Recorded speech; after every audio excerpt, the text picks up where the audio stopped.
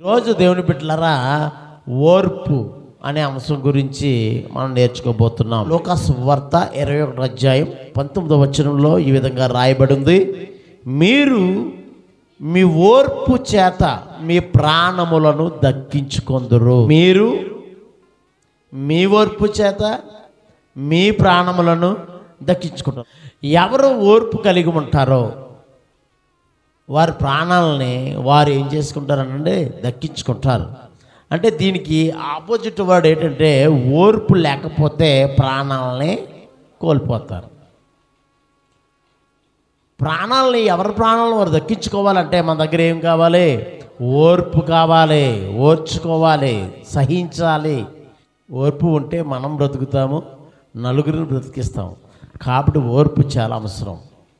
ఒక పట్టణంలో జరిగిన సంఘటన ఏంటంటే, లేడీస్ టైలర్, ఒక ఆయన లేడీస్ టైలర్ అనమాట. అంటే లేడీస్ యొక్క జాకెట్స్, తర్వాత లేడీస్ బట్టలు కుట్టేవాడు ఆయన, మెషిన్ టైలర్ అన్నమాట ఆయన. అయితే అందరు జాకెట్లు, అందరూ లంగాలు తెచ్చుకుంటారు కదా, టైలర్ అంటే ఎవరైనా తెచ్చుకుంటారు. అన్నీ బాగానే కుట్టేవాడంట. ఒక రోజున తన భార్య జాకెట్ ఇచ్చిందంట కుట్టమని. మరి ఇందువల్ల ఏం జరిగిందో, ఆ జాకెట్ సరిగ్గా సెట్ అవ్వలేదు ఆవిడకి.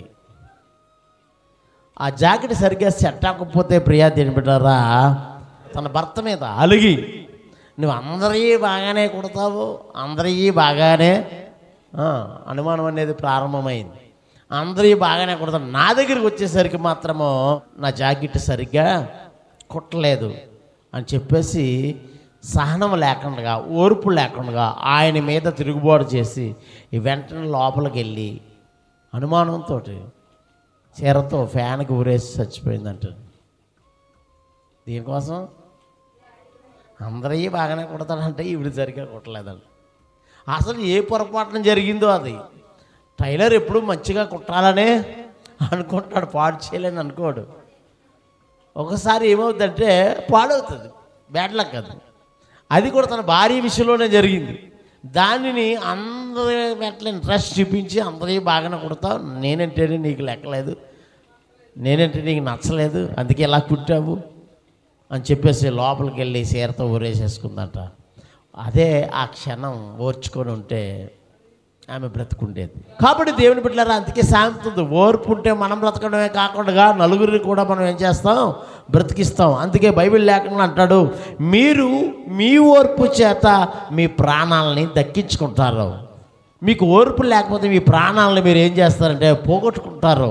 కాబట్టి దేవుని బిడ్డలారా, మనకి ఓరిమి అనేది, ఓర్పు అనేది చాలా అవసరం. 106వ కీర్తన 33వ వచనం, ఎట్లనగా వారు అతని ఆత్మ మీద తిరుగుబాటు చేయగా, వారంటే ఎవరో? ఇశ్రాయేలీలు. మోషే ఆత్మ మీద తిరుగుబాటు చేయగా అతడు తన పెదవులతో కాని మాట పలికాడంటండి. ఇశ్రాయేలీలు మోషే ఆత్మ మీద తిరుగుబాటు చేయగా మోషే ఒక కాని మాట పలికాడంట.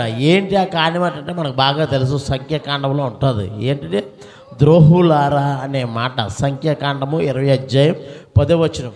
ద్రోహులారా అనే ఒక మాట అనడం వల్ల ప్రియమైన బిడ్డలారా, ఇశ్రాయేలీను నడిపిస్తున్న నాయకుడు, ఇశ్రాయేలీలను నడిపిస్తున్న నాయకుడైన మోషే, దేవుడు నెబో పర్వతం మీదకి ఎక్కించి అక్కడి నుంచి కనాన్ని చూపించి అంటాడు, నువ్వు కనాన్ని చూస్తున్నావు కానీ అందులోనికి నీకు ప్రవేశం లేదు అన్నాడు. మోసే చిన్న మాట పలకడం వల్ల, ఓర్చుకోకపోవడం వల్ల, సహించకపోవడం వల్ల అనేక మార్లు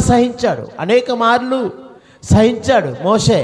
కానీ ఆ మెరీబా జలాల యొద్ద, ద్రోహులారా నేను ఎంతకాలం మీతో ఉంటాను అని ఒక కాని మాట పలకడం వల్ల కనాను దేశానికి నడిపిస్తున్న నాయకుడే కనాను దేశంలో చేరకుండా ఆ కొండ మీదే మృతులందినట్లుగా మనం చూస్తూ ఉంటాం. మీరు మీ ఓర్పు చేత మీ ప్రాణాలను దక్కించుకుంటారు.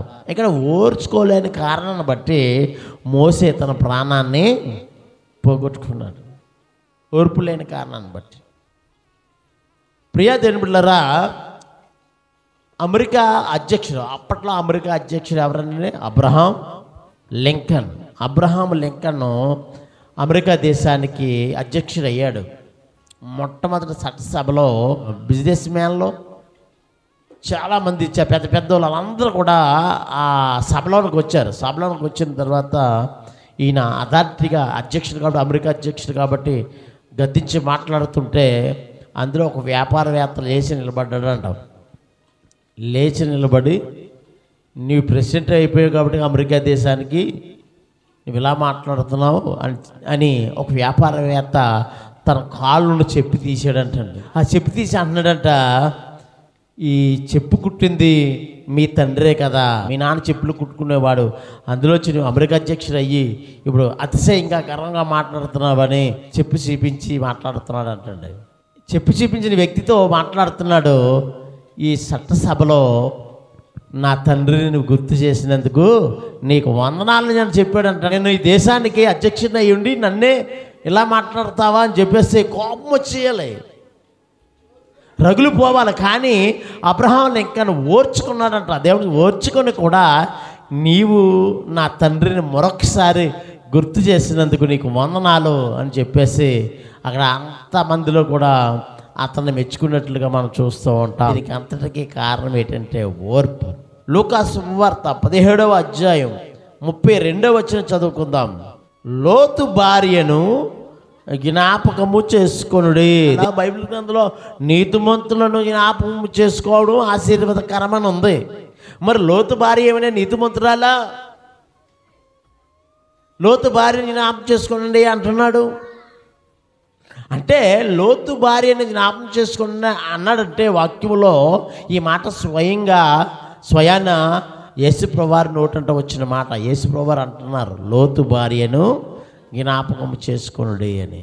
లోతు భార్య ఏమీ నీతిమంతురాలు ఏమీ కాదు. మరి ఎవరిని జ్ఞాపకం చేసుకుంటే ఆశీర్వాదం? నీతిమంతులను జ్ఞాపకం చేసుకుంటే ఆశీర్వాదం, మంచివారిని గుర్తు చేసుకుంటే ఆశీర్వాదం. మరి దేవుడు యేసుప్రభువారు లోతు భార్యను గుర్తు చేసుకోండి, లోతు భార్యని జ్ఞాపకం చేసుకోండి అంటున్నాడు. లోతు భార్య నుండి ఒక పాఠాన్ని దేవుడు ఈ మధ్యాహ్న కాల సమయంలో మనకు నేర్పబోతున్నాడు. అబ్రహాము ఇంటికి మధ్యాహ్న సమయంలో 3 దేవదూతలు వచ్చినప్పుడు అబ్రహాం ఏం చేశాడు? ఆతిథ్యం ఇచ్చాడు. వచ్చిన వారికి ఎదురుకుండా పరిగెత్తుకుని వెళ్ళి సాష్టాంగపడి నమస్కారం చేసి వాళ్ళ గుడారంలోకి తీసుకుని వచ్చి తన భార్యకి చెప్పి అప్పాలు చేయమని తన భార్యకి చెప్పి మందలోనికి పరిగెత్తుకుని వెళ్ళి కృపను దూడను తీసుకొని వచ్చి వధించి మాంసం సిద్ధపరిచి పాలు వెన్న నెయ్యి ఇవన్నీ సిద్ధపరిచి భోజనాన్ని సిద్ధపరిచి మంచి ఆతిథ్యం ఇచ్చాడు అబ్రహాం. అబ్రహాము భార్య శారా అబ్రహాముకి లోబడిన స్త్రీ, అబ్రహాము చెప్పినట్టుగా విన్న స్త్రీ. కానీ లోతు భార్య మాత్రం లోతు చెప్పినట్టుగా వినలేదు. వాక్యంలో చక్కగా అక్కడ రాయబడిన మాట మనం గుర్తు చేసుకుంటే లోతు ఇంటికి కూడా దేవదూతలు వెళ్ళారంటండి. లోతు ఇంటికి దేవదూతలు వెళ్ళినప్పుడు లోతు భార్యకి ఇష్టం లేదు వాళ్ళు రావడం. ఎవరు రావడం? దేవదూతలు రావడం ఇష్టం లేదు. ఇష్టం లేకపోయినప్పటికీ మరి తన భర్త లోతు మాత్రము ఇంటిలోనికి ఆహ్వానించాడు. ఈ రాత్రి మా ఇంటి దగ్గరే ఉండి ఆతిథ్యం స్వీకరించండి అని చెప్పేసి లోతు వారితో చెప్పినప్పుడు వాళ్ళు ఇష్టపడలేదు. దేవదూతలు వాళ్ళ ఇంటికి వెళ్ళడానికి ఇష్టపడలేదు. ఎందుకంటే తన భార్య లోబడిన స్త్రీ కాదని వీళ్ళకి తెలుసు కాబట్టి. 2 పేతురు పత్రిక 2వ అధ్యాయం 7వ వాక్యంలో మనం చూసినప్పుడు లోతు ఎవరన్నా ఉందంటే నీతిమంతుడైన లోతు ఏమంటున్నాడు? లోతు అంటాడు, మా ఇంట్లోకి రండి, రాత్రి వెళ్ళబుచ్చి మీరు పెందల కానే వెళ్ళిపోదురు కానీ అని లోతు అంటే. దేవదూతలు ఏమంటున్నారు? ఈ రాత్రి మేము నడివీధుల్లోనే వెళ్ళబుచ్చుతాం, మీ ఇంటికి రామంటున్నారని. అంటే దేవదూతలు వెళ్ళడానికి ఇష్టం లేదు. అయితే మరి లోతు అయినను అతను మిక్కిలి బలవంతం చేసినప్పుడు వారు అతను తట్టు తిరిగి అతను ఎంట ప్రవేశించరే. మిక్కిలి బలవంతం చేశాడంట లోతు. వాళ్ళకి ఇష్టం లేకపోయినా కాలు మీద పడి బలవంతం చేసి మొత్తానికి వాళ్ళ ఇంట్లోనికి ఆహ్వానిస్తే ఏం చేశారు అని మనం ఆలోచన చేస్తే ప్రియమైన బిడ్డలారా, అతడు వారికి విందు చేసి పొంగని రొట్టెలు కాల్చగా వారు భోజనం చేసేది. ఏ రొట్టెలు? మరి అమ్మగారు ఏం పని చేస్తున్నారు? అక్కడ శారా ఏం చేసింది? రొట్టెలు కాల్చింది. అబ్రహాము ఇంటి దగ్గర శారా గారు అబ్రహాంకు లోబడిన భార్య కాబట్టి అబ్రహాము చెప్పినట్లుగా 3 మానుగులు పిండి రొట్టెలు చేసినట్లుగా మనం చూస్తూ ఉంటాం. చపాతీలో వేయడానికి ఉప్పు ఉన్నప్పటికీ ఉప్పు కోసం బయటికి పోయింది ఆ వంక మీద. లోతు భార్య ఉప్పు కోసం బయటికి వెళ్ళిపోయి వాళ్ళింటి దగ్గర వీళ్ళింటి దగ్గర ఉప్పు అడుగుతుంది. ఎక్కడన్నా మనం ఉప్పు అడుగుతామో ఎవరన్నా అడగం. విస్తారంగా మన ఉప్పు మాత్రం సమృద్ధిగా ఇంట్లో పెట్టుకుంటాం. ఉన్నప్పటికీ తప్పించుకోవాలనే ఉద్దేశంతో ఉప్పు కోసం బయటికి వెళ్ళిపోయి వాళ్ళింటి దగ్గర వీళ్ళింటి దగ్గర మా ఇంటికి 2 అతిథులు వచ్చారు. ఈ విషయాన్ని సొదొమ ప్రాంతంలో ఆ సొదొమ పట్టణంలో ఉన్న ప్రజలందరికీ మా ఇంటికి 2 అతిథులు వచ్చారని చెప్పేసి తెలియని వారికి తెలిసేటట్లుగా చేసింది. ఏదో ఉప్పు వంక మీద వెళ్ళి. ఇదంతా దేవుడు చూస్తున్నాడు. దేవునికి స్తోత్రం.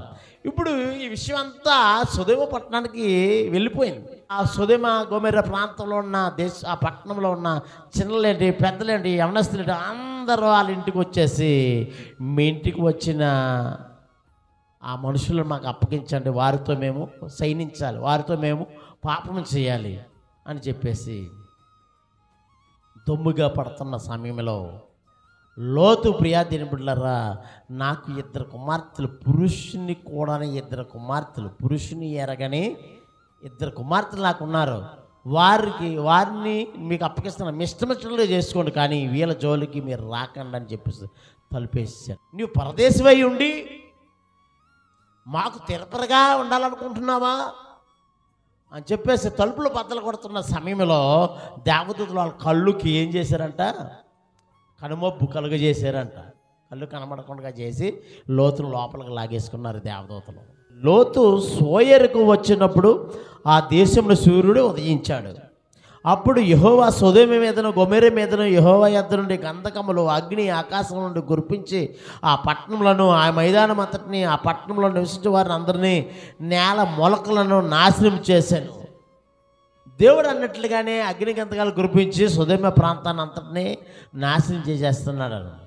నాశనం చేస్తుంటే వీళ్ళు వెళ్ళిపోతున్నారు. లోతు పిల్లలు, లోతు భార్య వెళ్తున్నారు.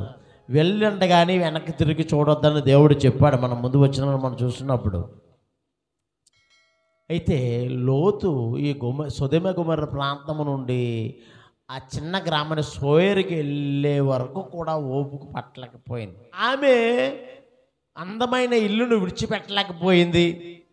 లేకపోతే ఆమె ఆస్తిపాస్తులు సంపాదించుకుంది, ఆ బంగారాన్ని సంపాదించింది, విడిచిపెట్టలేకుండా వెనక్కి తిరిగి చూసిందని చాలామంది చెప్తూ ఉంటారు. అంటే ఒక్కొక్క దైవజనుడు ఒక్కొక్కలాగా చెప్తూ ఉంటారు.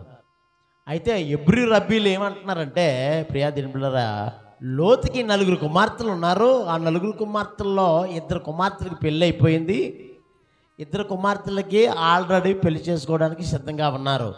ఆ 2 కుమార్తెలు, ఆ 2 అల్లుళ్ళు ఏమన్నారంటే, మేము రాము, మీ మాట మీద నాకు నమ్మకం లేదు అని చెప్పేసి లోతు మాట పట్టించుకోకుండా 2 అల్లుళ్ళు 2 కూతుర్లు అక్కడే ఉండిపోయారు.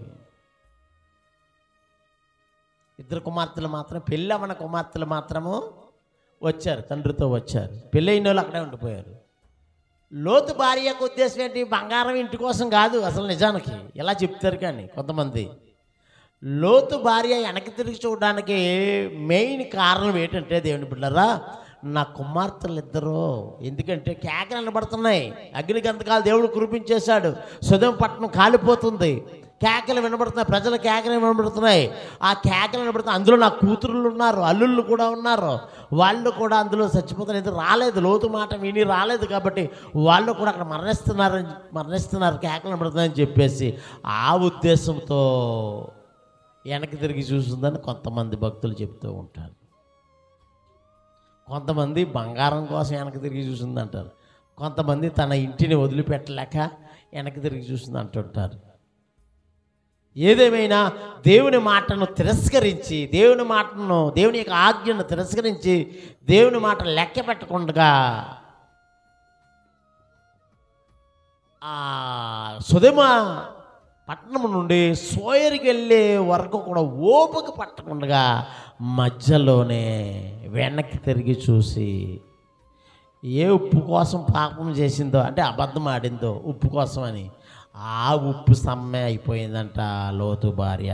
అందుకోసము లోతు భార్యను జ్ఞాపకము చేసుకొనుడి అన్నాడండి యేసుప్రభువారు. దేవుడికి స్తోత్రం. అంటే లోతు భార్య ఎందుకు జ్ఞాపకం చేసుకుంటే, లోతు భార్య లోకాశలను విడిచిపెట్టలేదు. తన కుమార్తెల కోసము, తన కుటుంబం కోసము వెనక్కి తిరిగి చూసింది. దేవుడి యొక్క మాటను తిరస్కరించింది, దేవుని ఆజ్ఞను తిరస్కరించింది. ఓపిక కలిగి ఉండలేదు సోయరికి వెళ్ళే వరకు కూడా. అందుకోసమే తన ప్రాణాన్ని పోగొట్టుకొని ఉప్పు స్తంభం అయిపోయింది. మూలవాక్యం ఏం చదివాము? మీరు మీ ఓర్పు చేత మీ ప్రాణాలని దక్కించుకుంటారు. ఇక్కడ ఓర్చుకోలేదు కాబట్టి లోతు భార్య ఓర్చుకోలేకపోయింది. అంతలోనే చూసేయాలా, ఇంతలోనే వెనక్కి తిరిగి చూసి ఉప్పు స్తంభం అయిపోయింది. కాబట్టి మరి అంత్యకాలంలో మనం ఉన్నాము, అంత్య దినాల్లో ఉన్నాము. లోతు భార్యను ఒకసారి జ్ఞాపకం చేసుకోండి. దేవుడు చెప్తున్న పాఠం ఏంటో తెలుసా? నువ్వు దేవుని రక్షణలో ఉన్న నీవు వెనక్కి తిరిగి చూడొద్దు అని ఒక పాఠం నేర్పుతున్నాడు దేవుడు. ఏమన్నాడు?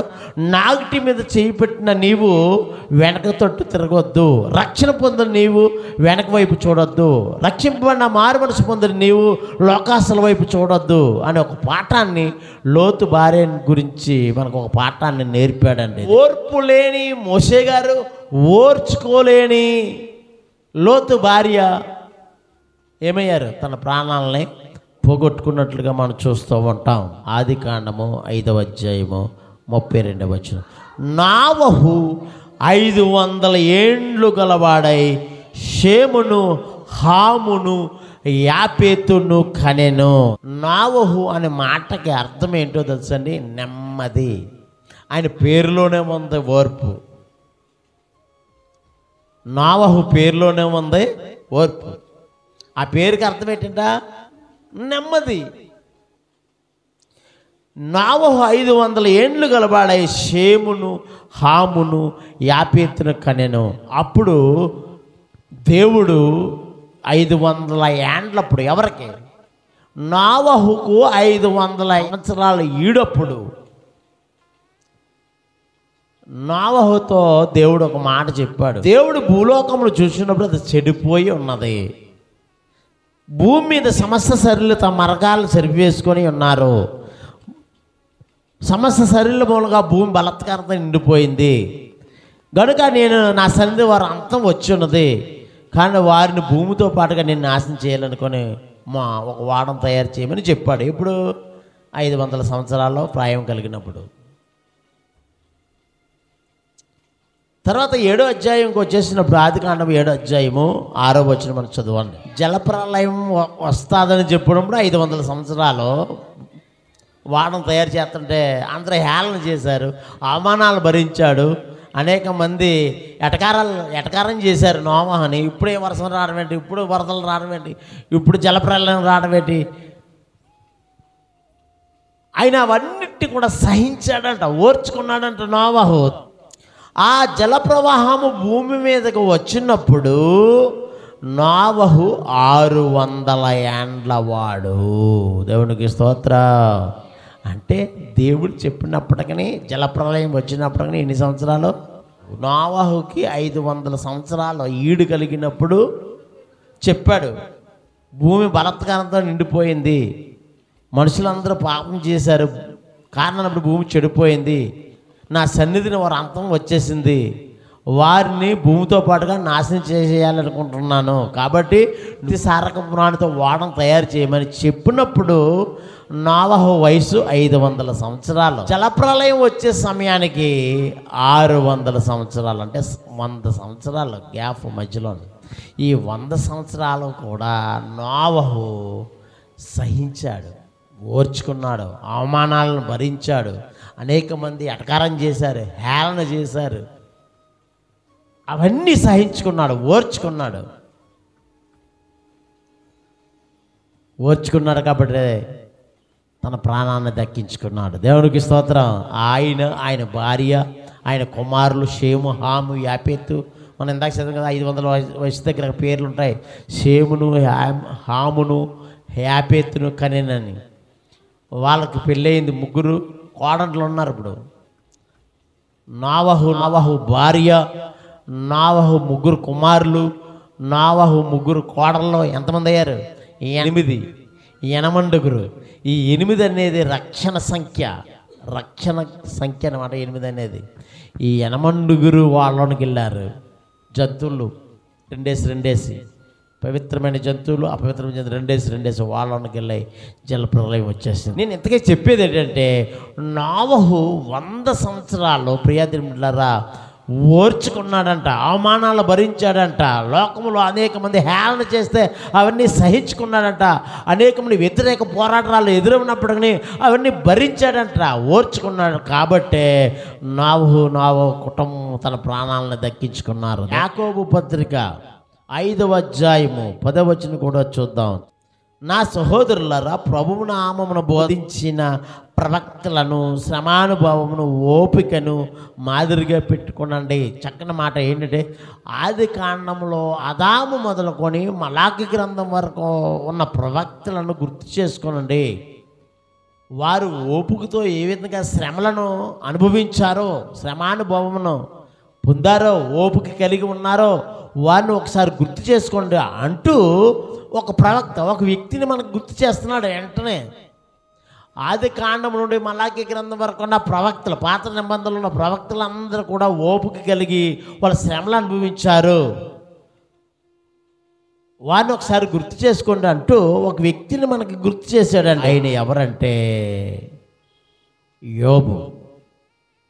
సహించిన వారిని ధన్యులు అనుకొని చిన్నాము కదా, మీరు యోబు యొక్క సహనమును గూర్చి వింటిరి. ఓపిక కలిగిన వారంట, సహనం కలిగిన వారంట, వారిని ఏమంటున్నారంటే ధన్యులము అని పిలుస్తున్నామంట. ఎవరు ధన్యులు? ఓపిక కలిగిన వారు ధన్యులు.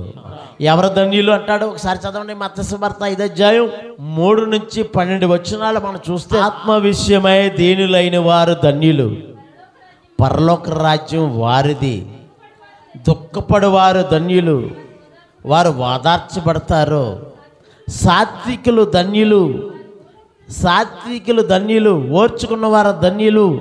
మోసే దేవుని ఇల్లంతలో నమ్మకమైన వాడు మిక్కిలి సాత్వికుడు అయినను ఒక సందర్భంలో ఓర్చుకోలేక కాని మాట పలికినందున తన ప్రాణాన్ని కోల్పోయిన పరిస్థితి వచ్చింది. సాత్వికులు ధన్యులు, వారు భూలోకంలో స్వతంత్రించుకొందురు. నీతి కొరకు ఆకలి దప్పులు కలిగిన వారు ధన్యులు, వారు తృప్తిపరచబడుదురు. కనికరమ గల వారు ధన్యులు, వారు కనికరింపబడుదురు. హృదయ శుద్ధి గల వారు ధన్యులు, వారు దేవుని చూచెదరు. సమాధానపరచు వారు ధన్యులు, వారు దేవుని కుమారులు అనబడుదురు. నీతి నిమిత్తము హింసింపబడి వారు ధన్యులు, పరలోక రాజ్యం వారిది. ఇదంతా ఎందుకు చదివిస్తానంటే, మనకు ఒక వాక్యం గుర్తు చేశాడు యాకోబు పత్రికలో. పాత నిబంధనలు ఉన్న ప్రవక్తలు, భక్తులు ఆ విధంగా సహించుకొని ఓర్చుకున్నారు కాబట్టి వారు ధన్యులుగా పిలువబడ్డారంట. లేకపోతే అన్యులే. ధన్యులుగా పిలువబడ్డారట. ఆది కాండం ప్రారంభించే మలాకి గ్రంథం వరకు ఉన్న భక్తులు, ప్రవక్తలు వారు అనేక మారులు సహించుకొని ఓర్చుకొని శ్రమానుభవాన్ని పొందినప్పటికీ ఓర్చుకున్నారు కాబట్టి వారు ధన్యులుగా పిలువబడ్డారు. ఈ ధన్యతలన్నీ కూడా వాళ్ళలో ఉన్నాయంట. నా నిమిత్తము జనులు మిమ్మల్ని నిందిస్తారు, హింసిస్తారు, మీ మీద అబద్ధముగా చెడ్డ మాటలల్లా పలుకుతారు.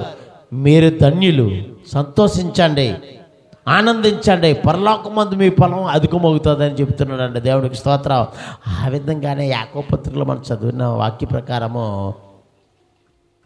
5:10 ప్రకారము పాత నిబంధన ప్రవక్తలను మనం మాదిరిగా చేసుకొని ఓపిక కలిగి ఉండాలని చెప్పేసి గుర్తు చేశాడు. అందులో ఒక వ్యక్తిని గుర్తు చేశాడు అక్కడ. నా సహోదరులారా, ప్రభువు నా నామమును బోధించిన ప్రవక్తలను సమానుభావమునకును ఓపికకును మాదిరిగా పెట్టుకొనుడి. సహించిన వారిని ధన్యులము. సహించారు పాత నిబంధన ప్రవక్తలు, పాత నిబంధన భక్తులు సహించి ఓపిక కలిగారు కాబట్టి వారు ధన్యులని పిలువబడ్డారు. మీరు యోబు యొక్క సహనమును వింటిరి కదా. యోబు గ్రంథం 1వ అధ్యాయము 8వ వచనం. అందుకు యెహోవా, నీవు నా సేవకుడని యోబు సంగతే ఆలోచించదు అని అపవాదం అడుగుతున్నాడు దేవుడు. ఏమంటున్నాడు? నా సేవకుడని యోబు సంగతి నీవు ఆలోచించుదువా? అతడు యథార్థవంతుడు, న్యాయవంతుడు, దేవుని యందు భయభక్తులు కలిగిన వాడు, చెడుతనాన్ని విసర్జించిన వాడు, భూమి మీద అతను వంటి వాడు ఎవడను లేడు, ఇకను ఉండబోడు. యోబుకు 10 మంది పిల్లలు, 7 కుమారులు, 3 కుమార్తెలు, 10 మంది పిల్లలు. 10 మంది పిల్లలంట ఎక్కడ? తన అన్న ఇంటి దగ్గర భోజనం చేస్తుండగా ఆ ఇంటి గోడ కూలిపోయి వాళ్ళ మీద పడి 10 మంది చచ్చిపోయారు. సహనం ఎవరికి ఉంటుంది? నా తల్లి గర్భంలోనే దిగంబరంగానే వచ్చాను, ఏమీ తీసుకురాలేదు, దిగంబరంగానే అక్కడికి వెళ్ళిపోతాను. యెహోవా ఇచ్చాడు, యెహోవా తీసుకొని పోయాడు, యెహోవా నామమునకే స్తుతి కలుగును గాక. ఎంత సహనము, ఎంత ఓర్పు! ఇలాంటి సందర్భంలో ఓర్చుకున్న వారు ఎవ్వరు ఉండరండి భూమి మీద. అంత సహనం కలిగి ఓర్చుకున్న వారు ఎవరు ఉండరు. ఈ పాఠం దేవుడు మనకు నేర్పుతున్నాడు. యోబు ఎంత సహనం కలిగాడు. ఆ సందర్భంలో మనం అనగలమా? యెహోవా ఇచ్చాడు, యెహోవా తీసుకొని పోయాడు, యెహోవా నామమునకే వాళ్ళ స్థుతి కలిగిన కారణం గుడిపడేస్తాం. దేవుడు నాకు ఎంత అన్యాయం చేశాడో, దేవుడు నన్ను పట్టించుకోలేదు, దేవుడు నాకు కీడు చేశాడు, ఎందుకు నేను దేవుడు. చాలామంది వెనకపోయిన వాళ్ళు కూడా ఉన్నారు. అందుకు యెహోవా, నీవు నా సేవకుడైన యోబు సంగతి ఆలోచించిదివా? ఇతడు యథార్థవంతుడు, న్యాయవంతుడు. ఎన్నిసార్లు చెప్తున్నాడో దేవుడు యోబు కోసం. ఎందుకు భయభక్తులు కలిగి చరిత్రను విభజించిన వాడు, భూమి మీద అతను వంటి వాడు ఎవడనో లేడు. నిష్కారణంగా అతను పాడు చేయటకు నీవు నన్ను ప్రేరేపించినను అతను ఇంకనూ తన యథార్థతను వదలక నిలకడగా ఉన్నాడనగా. అలాగని దేవుడు అంటే అపవాది ఏమంటాడు తెలుసండి? చర్మము కాపాడుకుంటుగా చర్మమును, తన ప్రాణమును కాపాడుకుంటుగా తన కలిగినది యావత్తును నడుచును కదా. ఇంకొకసారి నీవు చేయి చాపి అతని ఎముకలను, అతని దేహమును మొత్తుతే అతను నీ ముఖం ఎదుటనే దూషించి నిన్ను విడిచిపోవును అన్నాడు అనే సైతాన్ని చెప్తుంది. ఇప్పుడు అతను ఆరోగ్యంగానే ఉన్నాడు, బాగానే ఉన్నాడు కాబట్టి యథార్థంగా ఉన్నాడు. ఒకసారి ఆ చర్మాన్ని మొత్తితే నీ ఎదుటే దూషించి యథార్థం వదిలిపెట్టేస్తాడని మరలా సైతాన్ని అంటుందండి. అయితే దేవుడు ఏమన్నాడంటే, అతను నీ వశమునే ఉన్నాడు, అతని ప్రాణం మాత్రము నీవు ముట్టకూడదు, నీవు అతని ప్రాణం మాత్రం ముట్టవద్దని సెలవిచ్చింది. కాబట్టి అపవాది యెహోవా సన్నిధిని బయలు వెళ్ళి అరికాలు మొదలుకొని నెత్తి వరకు బాధగల కురుపులతో యోబును మొత్తెను. తన ఆస్తుపాస్తులన్నీ పోయాయి, ఇంకా తన పిల్లలు చనిపోయారు. ఆయన అంటాడు, యెహోవా ఇచ్చాను, యెహోవా తీసుకొని పోయాను, యెహోవా నామమునకే స్తుతి కలుగును గాక. అరికాలు మొదలుకొని నెత్తి వరకు బాధగల కురుపులతో యోబును మొత్తిందంట. అతను ఒళ్ళుకోకుండా చిల్ల పెంకులు తీసుకొని బూడిదలో కూర్చుండగా అతని భార్య వచ్చి, నీవు ఇంకను యథార్థ వదలకేందువా? దేవుని దూషించే మన్నం కమ్మ, నేను రాళ్ళు మాట్లాడినట్లు నువ్వు మాట్లాడుచున్నావు, మనం దేవుని వల్ల మేలు అనుభవించదు, మా కీడు అనుభవింప తగ్గదా అని. ఈ సంగతులలో ఏ విషయమందును యోబు నోటి మాటతోనైనను పాపము చేయలేదు. అంత సహనము, అంత ఓపిక కలిగిన వాడు యోబు. యోబు యొక్క స్నేహితులు వచ్చి ఓదార్చాలి, ధైర్యం చెప్పాలి. ధైర్యం చెప్పడానికి వచ్చిన వాళ్ళే హేళన చేస్తున్నారు. ఏమైంది ఇప్పుడు, ఏమైంది, దేవుడు అన్నావు కదా, ఇప్పుడు నీ పరిస్థితి ఏమైందని అయినను స్నేహితులు హేళన చేసినప్పుడు సహించుకున్నాడు. తన భార్య ఇంకా యథార్థను వదలకేందువా, దేవుని దూషించి మన్నం కమ్మని చెప్పినప్పుడు కూడా సహించుకున్నాడు. తన ఆస్తిపాస్తులు పోయినప్పుడు, తన పిల్లలు పోయినప్పుడు సహించుకున్నాడు. ఎంత ఓర్పో చూడండి యోబులో, ఎంత సహనము. కాబట్టే దేవుని బిడ్డలారా అంత ఓర్చుకున్నాడు. కాబట్టి పోయినవన్నీ కూడా మరలా దేవుడు ఏం చేశాడు? అన్నిటినీ ఇచ్చేశాడు. రెట్టింపు ఆశీర్వాదం ఇచ్చినట్లుగా మనం లాస్ట్ అధ్యాయంలో చివరి మాటలు చూస్తూ ఉంటాం యోబు గ్రంథంలో. రెట్టింపు ఆశీర్వాదాన్ని పొందుకున్నాడు, మళ్ళా 10 మంది పిల్లల్ని కూడా పొందుకున్నట్లుగా మనం చూస్తూ ఉంటాం. కాబట్టి అంత సహనము, అంత ఓర్పు కలిగిన యోబు. మనం కూడా అలాంటి సహనం కలిగి ఉండాలి. మూలవాక్యులు ఏముందంటే, మీరు మీ ఓర్పు చేత మీ ప్రాణాలను దక్కించుకుంటారు. యోబు తన ఓర్పు చేత తన ప్రాణాన్ని దక్కించుకోవడమే కాకుండా తన పిల్లలను కూడా దక్కించుకుంటారు, తన ఆస్తిపాస్తులను కూడా దక్కించుకున్నట్లుగా రెట్టింపు ఆశీర్వాదానికి పాత్రుడైపోయినట్లుగా మనం చూస్తూ ఉంటున్నాం. ఓర్పు లేని ఇద్దరి గురించి చూసాము, ఓర్చుకున్న ఇద్దరి గురించి చూసాము. ఓర్పు లేని వాళ్ళు ఎవరంట? మోసే భూమి మీద ఉన్న వారందరిలో మిక్కిలి సాత్వికుడే, ఇల్లంతట్లో దేవుని ఇల్లంతలో నమ్మకమైన వాడే. కానీ ఒక్క సందర్భంలో మాత్రము ఓర్చుకోకుండా సహనాన్ని కోల్పోయి ద్రోహులారా అనే ఒక కాని మాట పలికినందున అతని ప్రాణాన్ని పోగొట్టుకున్నట్లు మనం చూస్తూ ఉన్నాం. రెండోది లోతు భార్య. ఆమె కూడా ఓర్పు లేకుండా సహనాన్ని కోల్పోయి ఆమె తన ప్రాణాన్ని పోగొట్టుకుని ఉప్పు స్తంభం అయిపోయినట్లుగా మనం చూస్తాము. ఓర్చుకున్న నోవహు తన ప్రాణాన్ని కాపాడుకోవడమే కాకుండా తన కుటుంబ ప్రాణాలను కూడా కాపాడుకోగలిగాడు. ఓర్చుకున్న యోబు, ఆయన కూడా తన సహనాన్ని కోల్పోకుండా తన ప్రాణాన్ని కాపాడుకోవడమే కాకుండా మరలా పోయిన పిల్లల్ని మళ్ళా పొందుకోగలిగాడు. తన భార్య కూడా మార్పు చెందినట్లుగా మనం చూస్తూ ఉంటాం. ఈరోజు మనం చెప్పుకుని ఈ వాక్యం ద్వారా మనమేమి చేయాలంటే ఒక మాట చెప్పి నేను ముగిస్తాను. ఏమి చేయాలో ఒక మాట ఉంది. యాకోబు పత్రిక 5:7. సహోదరులారా, ప్రభువు రాకడ వరకు ఓపిక కలిగి ఉండండి. ఇంతవరకు వాక్యం విన్న దేవుని బిడ్డ, సహోదరుడా, దేవుడు ఏం మాట్లాడుతున్నాడంటే, ప్రభువు రాకడ వరకు ఓపిక కలిగి ఉండండి. సువార్త 8:15. విత్తువాడు విత్తనాలు పట్టుకొని విత్తుచుండగా కొన్ని రాతి నేలలు పడ్డాయి, కొన్ని ముళ్ళ తప్పుల్లో పడ్డాయి, కొన్ని సారవంతమైన నేలలో పడ్డాయి. ఈ సారవంతమైన నేలలు పడిన విత్తనాలు ఎవరనగా అని చెప్తున్నాడు. ఎవరనగా